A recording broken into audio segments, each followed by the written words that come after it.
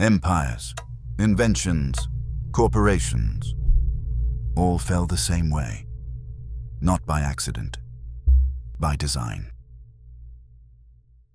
Charles II of Spain died on the 3rd of November, 1700, unable to produce an heir, unable in his final years to chew solid food, unable to stand without support by the age of 30. This was not misfortune. This was the terminal output of a reproductive system engineered by treaty across 8 generations, and the file on that system was complete long before his body failed. What follows is not a tragedy. It is a mechanism, and the evidence was signed, sealed, and notarized in marriage contracts a full 2 centuries before anyone called it a crisis. Begin with the architecture.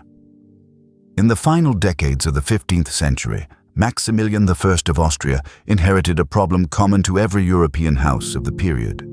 Territory is expensive to acquire by war, and expensive to hold by force. Armies cost money.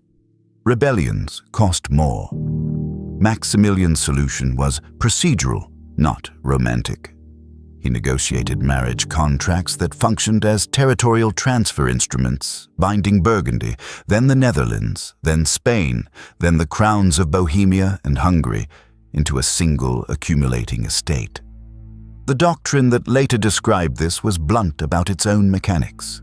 Let others wage war, you, happy Austria, marry. This was not sentiment. It was a stated preference for contract over combat, and for 2 generations it worked exactly as designed. Philip the Handsome married Joanna of Castile in 1496, and the union delivered Spain to the House of Habsburg without a single battle fought for it. Ferdinand married Anne of Bohemia and Hungary in 1521, and 2 more crowns entered the estate the same way. By the middle of the 16th century, Charles V governed a territorial mass assembled almost entirely through paper. The system had a name inside the family. It was efficient, it was cheap, and it required no standing army to defend acquisitions that had never been taken by force in the first place. The near-term beneficiaries were obvious. The Austrian branch consolidated Central Europe. The Spanish branch inherited the wealth of the Americas. Both branches, watching the returns, drew the same conclusion. If marriage could acquire territory, marriage could also preserve it. And preservation required a specific kind of marriage. Not marriage outward into rival houses, which risked future succession disputes and the eventual loss of the very territory the marriage had secured. Marriage inward, marriage that kept the bloodline and therefore the claim inside the family. This is the flaw, and it is not incidental. It is the specific clause embedded in generation after generation of Habsburg marriage contracts. Territorial integrity requires bloodline closure. Between 1516 and 1695, 11 Habsburg royal marriages were contracted between close relatives. Uncle married niece. First cousin married first cousin. In several cases, the resulting children were the product of parents who were simultaneously first cousins on one side and uncle and niece on the other. The configuration geneticists now describe as a double first cousin union with additional overlapping ancestry.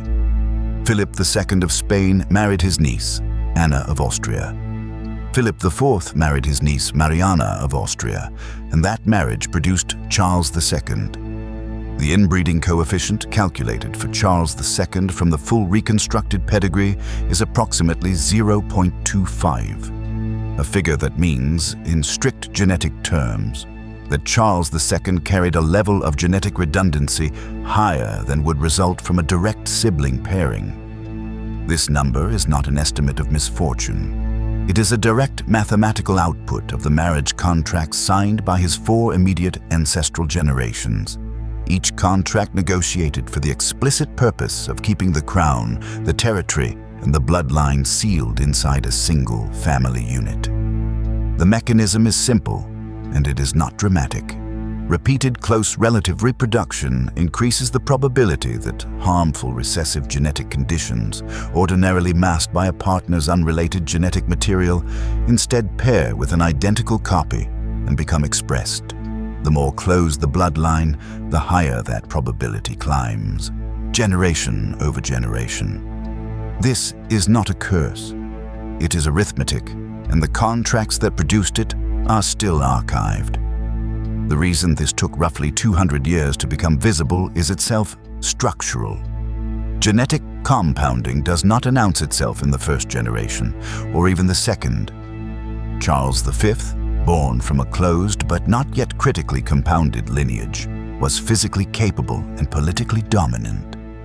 Philip II, similarly, ruled for over 4 decades.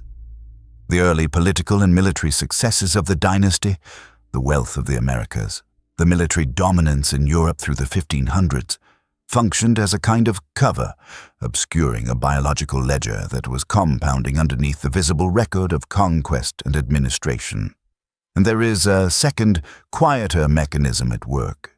Each marriage contract was negotiated and signed before the full physiological consequences of the previous generation's marriage had fully surfaced.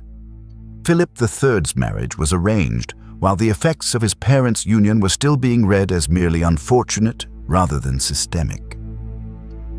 Philip IV's second marriage, to his own niece Mariana, was contracted in 1649, at a point when the pattern was already 3 generations deep, and still the treaty logic held: consolidate, close the bloodline, secure the succession. Nobody in the room in 1649 was measuring inbreeding coefficients. They were measuring territorial risk.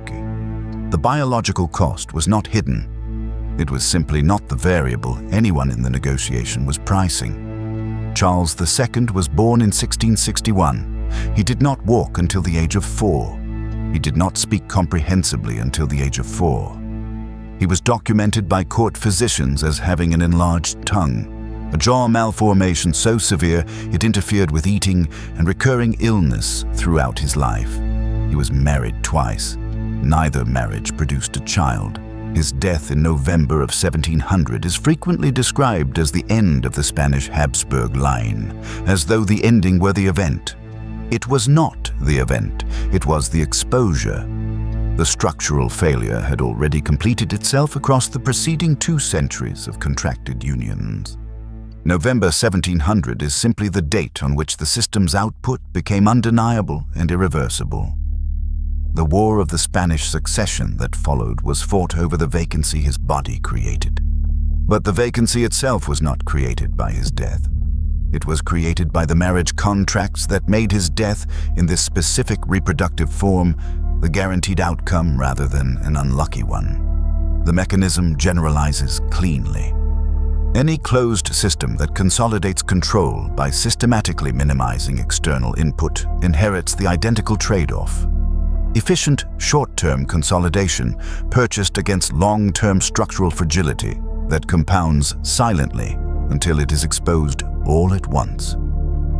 A corporate board that recruits exclusively from within its own network reduces friction and accelerates decision-making at the cost of eliminating the external perspective that would ordinarily catch a systemic blind spot before it matures into a failure.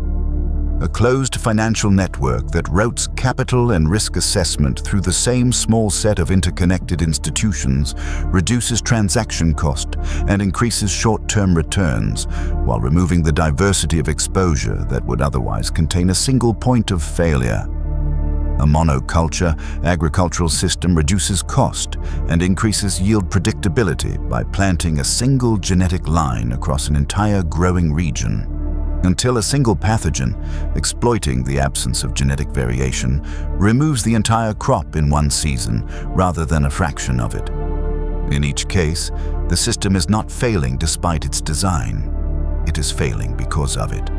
The closure that produced the efficiency is the same closure that removed the variation required for resilience. Consolidation and vulnerability in a closed system are not 2 separate outcomes. They are the same structural property, observed at 2 different points in time.